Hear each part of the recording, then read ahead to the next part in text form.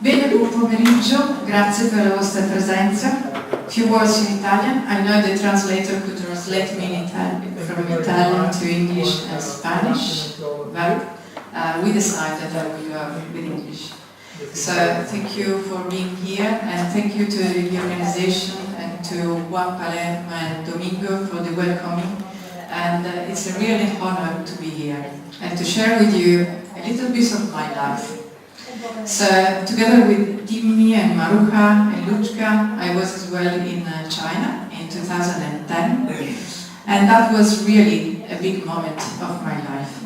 I thought I was there, and so sharing as well the work I have been done for almost 25 years in a little place far away from everything that is in the Alta Langa in the South Piedmont.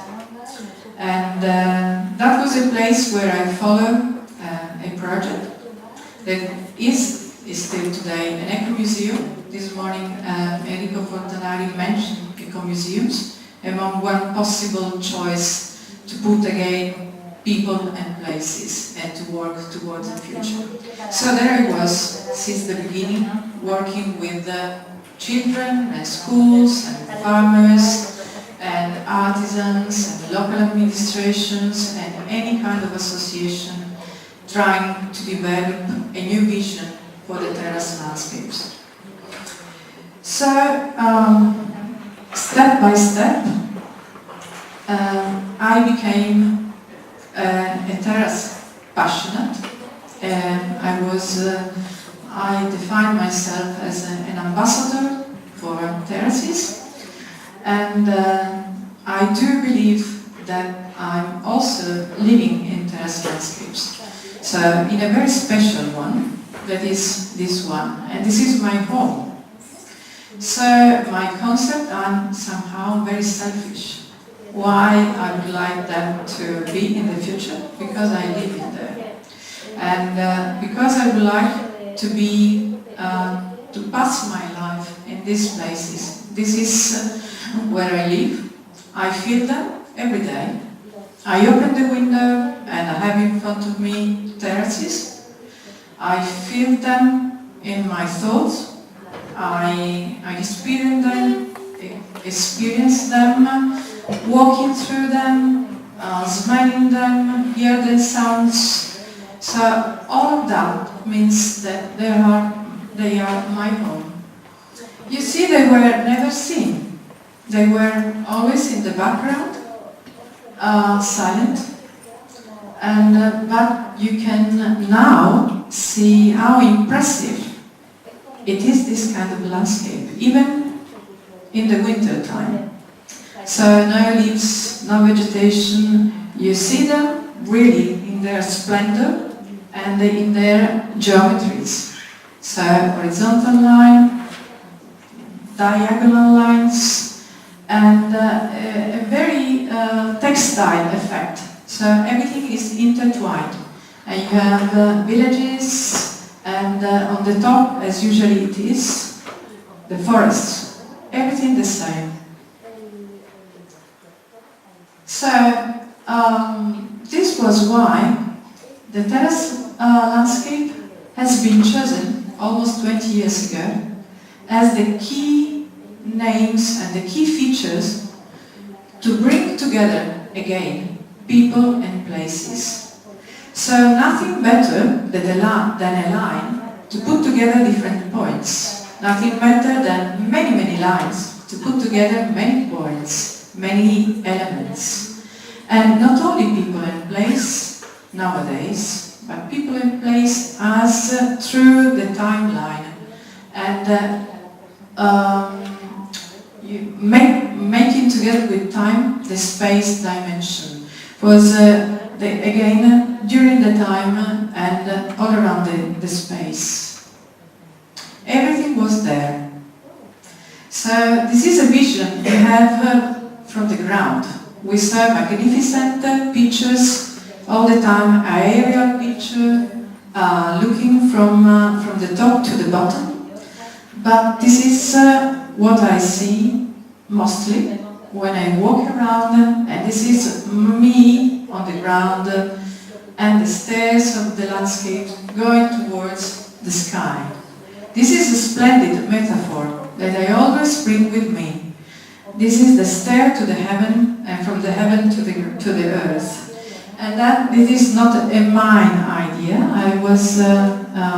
I found this specific way of describing the terraces in Asia, where I was told the traditional way to look at them was exactly the stairs that is connecting the sky with the ground. So there it is, everything is in there. The landscape in its own, people working in the landscape, farming, vineyards, flowers, walls, steps, stairs, arches. And may I offer you to the geometries of the place the sinuosity of the walls.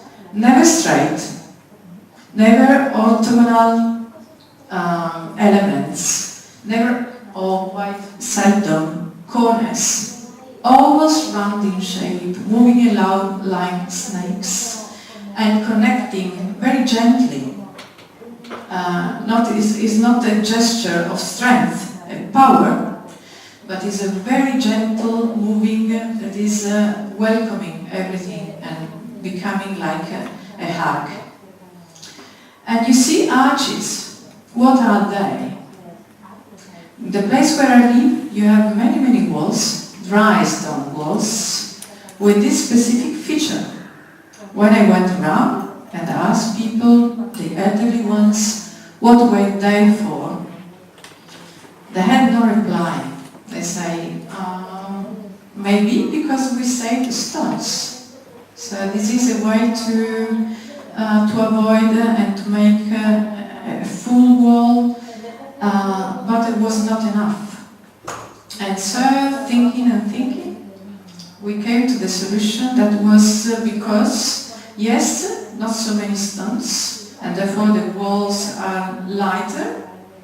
Therefore, it's a good solution not to have too much weight on the slope, but as well it's the best way to allow the water going through rapidly. And as well, you find them here and there, not everywhere, to support, especially when the ground behind is around a curve. So this is the best way to support the strengths and to rebalance. And this is maybe, again, utopistic or philosophical approach, was to make those link to the beauty of the landscape. And that linked to the Romanic feature that was arches. And in fact, sometimes we believe, but we have nothing to prove that it's like that, that the people who built them centuries ago were also showing where they were. So probably that is like a labeling of specific spaces where the monks lived. And you have that, it is a very elegant and very precious, very detailed kind of structure. So maybe there were people thinking even more in depth. So what? So what do we need? Everything is in there. But what does it mean? Construction and protection. What does it mean? Every day, for the everyday. It's not everything that happens here and there, once in a year. It is the everyday. So what we do need, and how all the system actually work. And so again, thinking, if the tangible, the material landscape was in there, so what we're missing, and I think is still missing, is the intangible landscape that is building the meanings in our heads, in our thoughts. So yesterday Maruka says, well, we are in an architecture faculty, so we deal with buildings, very much tangible. What about the intangible? We do, as architects, think about construction of mental approach, because it's from there that we have choices. why this and not that. And but it is not an individual meaning that we are looking for. This is something to do with meanings that have a sort of common vision. So what is a must, I believe, is to still try to find where we can match, where we can create a common ground, that is to have a common vision. And as well to define what we need, really, where are the values, what do we care for, not only for now, but for the future. It's always like that. So this is not only me in the very far corner of the South Piemonte looking for meanings. And again, moving around the world and Europe, trying to collect not only pictures, but trying to connect again people and needs that we find everywhere. I came, but we all came, all of us came to the same conclusion. That is, this is the only way, the perfect solution, nothing better than this, if you want to work and living on a steep slope. It was always like that, since men and women decide to settle. It is always like that. Nepal, Cortemilla, where I live, you see, they do belong to the same sentences. They are part of the same sentences. They are part of the same language of the world.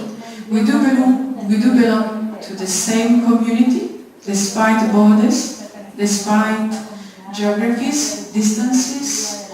The feeling I have is that we belong to a sort of world community, that is those who live in the terraces. They were the perfect solution, but they still are a perfect solution if we are achieving, if we want to have food and to keep water and to avoid soil erosion and to keep fertility with us, and as well to answer to spiritual needs. It's all about tangible, but we lack a lot of intangible.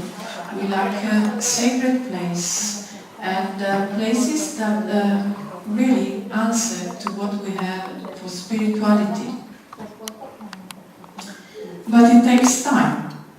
So we have been waiting for answers for many, many years.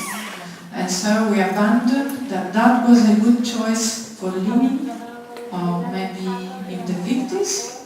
So we have a gap of at least 50, 60, 70 years where everything was considered to be dead, to belong to the past and not anymore to have a chance to get into the future. So it takes time now to go back and to make the best use of these years and then to build again what was destroyed, mentally destroyed in the past years. And you see, not only how beautiful they are, but how they connect within each other. Doesn't matter if they are in Peru, or Yemen, or northwest Italy, southeast Italy, central Italy, islands. They are the same language, they answer to the same needs. So, let's come to the point. What is labor about? A lot has been done on the statics, on the technical rules, of which are the building assets, so drawings, talkings, and maybe later Claire will tell you more. I decided not to go too much in detail. How do you put that stone? How does it work? Dry stone wall really works. Because it's a dry stone wall, what we are looking for is not a concrete wall with a facade that is really nice, made with stones, and then concrete, and then mortar, and then a sort of a lovely view of stones, but then what is inside is something that is not speaking the same language. So dry stone walling were always the best solution. And we think they are still the best solution. So the way now we have been doing a lot of research, and then to put in well-shaped things that were also always done by heart, a true way of doing. But we know for sure that that is the first picture on the left. This is the rule. So the inclination of the base has to go inside, never like that, otherwise the walls will collapse. And the butter is always there, nothing to do with vertical lines, never. And as well, you will see in the middle, this is the way stones should be linked within each other. So there is in depth and in the front. And they are very intertwined between them. I make you laugh. I sent yesterday a lovely photos to friends to see the Isla Bancales, that is in the middle, with the lovely boxes. I say I really loved this idea. It's one of the best ideas to communicate many things. But one of them, again, in a very ironical way, gave me an answer, say, you know, it's all wrong, because they have vertical lines, it will never work, it will collapse shortly. So, because of that, and I have been sharing many years with wallers, with dry stone wallers, so all the time they show me, you know, that is not, you have to be this, you know, look at that, no way. So it has become a little maniacal, a little mania, just to look around and see what is wrong, instead of just looking around and see what is good. So again, this was drawings given by friends, French friends, and through that we are sharing knowledges all around Europe at least, but again, it's the same language everywhere.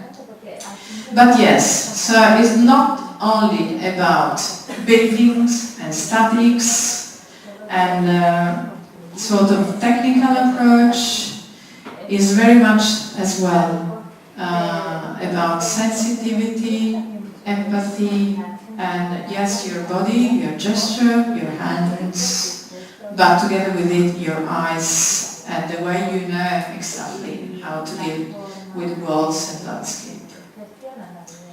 So, I told you where I come from, why I think it's important. So now who are those who have the capability to do so? Who are those who have the knowledge? Who are those who have been doing this same job for all their life?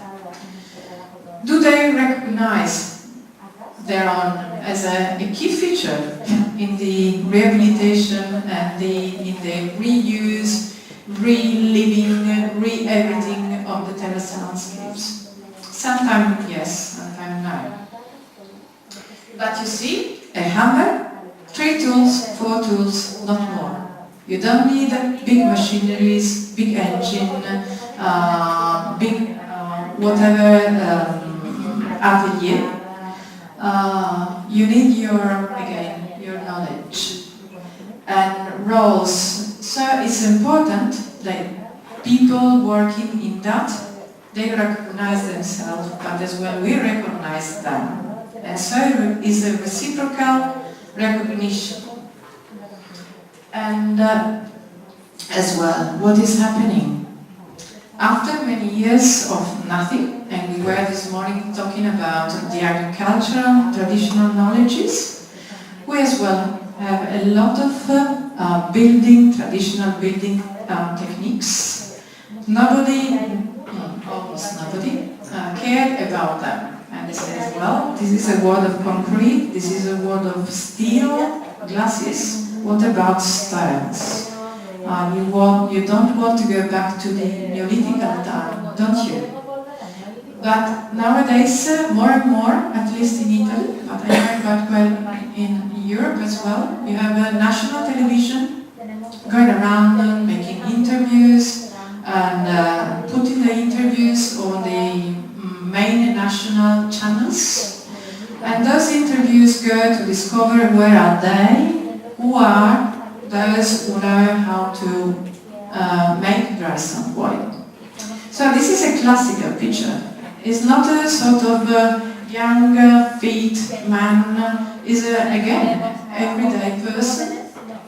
And well, you can't hear his voice, but he was sometimes at the beginning telling, why do they make such a normal question? Why do they want to know how many stones, how many meters, how many numbers? So everything, many questions were about numbers. But what about then sensitivity again? So confidence is the second key word that I think is important to build. But then, what do we teach? If those are our experts, how do we move the knowledge to new wallers, dry stone wallers? So it's not enough to look at the single stone, not enough to look at the single wall. What is important is that yes, you look, you see, you understand the big picture. Otherwise, if you go into too many details, you lose the big framework. And what is really interesting to see about is any walling, any dry stone walling, any capability to do so has to do with the problem-solving attitude. Never the same. It's not always the same answer to the same problem. It's always different. That you have the flexibility, once you know what you know, to put in practice and to have always the best solution for each single place. And what is important that we pass on next generation is also that you see the way stones are sort of put in practice quite often are different. Thus diagonal bars are usually linked to the water. So along water streams you see those. Even if there are not anymore rivers or a water stream, you know that there is water nearby. The same vertical stones is not a mistake, it's like that, because again, it's water coming through, and if the earth and the soil stops, then you have the stop of the flowing. And again, you will see something unusual that is stopped with herbs and vegetation. It is for hay, so people needed so much to have the two, and then it was cut when you have a lot of animals and then to feed them. But local details are crucial. And another very important point is to get organized. It's not a matter of one single person. It's important that there is a dialogue between a community, between a society, and we get organized as well to give strength to the cycle. So if you have the wallers, what are they doing if they have not a professional, an architect, engineer, whatever, that knows where they are, that it's possible to use dry stone walling in the contemporary architecture, in the contemporary landscapes. And as well, what about if we have professionals and wallers but no clients? So we have to go around to make a cycle. What about if we have the tree but we don't have rules and policies and local administrations who really believe in that? And then coming to schools. So people in every places, Cyprus, Mallorca, Ardèche. So what it is to be a waller? So first is about responsibility. It is commitment as well. It's not about patience. It's about stamina, to know that you are there, that you have to start and get to the end. But as well it's about verbs, not only names, and it's about sharing, learning and building, again, together as a common vision. Knowing as well that you are building not only a home for us human beings, but as well for other creatures, other lives, so fauna and flora, yes, flora. But labor as well is about this, avoid risks. Where are the risks? To pretend that there is one and only solution, the same for every place. And to say that we have answers already for everything. We do not. And that there is a special technique for everywhere. So you see those walls that are not the best example. So you have grown vegetation that is a risk. Stones, yes, but with mortar or cement. And when walls fell in pieces, because you don't know how to do it, you do not have the good technique, you go for concrete, and that is. So vandalization is a risk. Big stones instead of small ones, and sometimes you ask, so, this is not. You see, the basement as well is concrete. And then different patterns and colors and nothing to do with the place. This is spoiling not only the beauty, but the functionality of the place. And people say, so what is wrong about stone? Stone. And it is the same material, so nothing, be happy with them. But perhaps not. So, to conclude. This is a map we made 2 years ago, where the Italian conference and meeting of the Terra Atlantis was to say a lot of names, and that was a gathering, it was a call for names launched at an international level. They do not correspond to places, just to say that it's nice to make a ball and turn them around, but that is the meaning. If you have names, each stone has a name. If you put a stone on the bottom, has a name. If you put it in show, it's a name. On the top, has a name. So, if there are names, it is a culture. It is a culture, it is a common culture. Knowledge is wisdom, diversity is a style of life. Many people decide nowadays that they choose to live in a terrace landscape. They decide with pleasure to become and to be a waller. I have many friends who are dry stone wallers, and they are, forgive me, the happiest people I've ever met. And fertilities, yes. So, all that is about, so again, putting things together. We are not mad about dry stone walling, it's not that message. So, dry stone walling is working only if we have food, we have vegetable growing, fruits growing, and we have uses that could be made walking and learning, when even if you are a child. This is the alphabet of the place. So no way to learn ABC if you don't learn how it is the alphabet of making. And this is as well another reason that we perhaps really need to get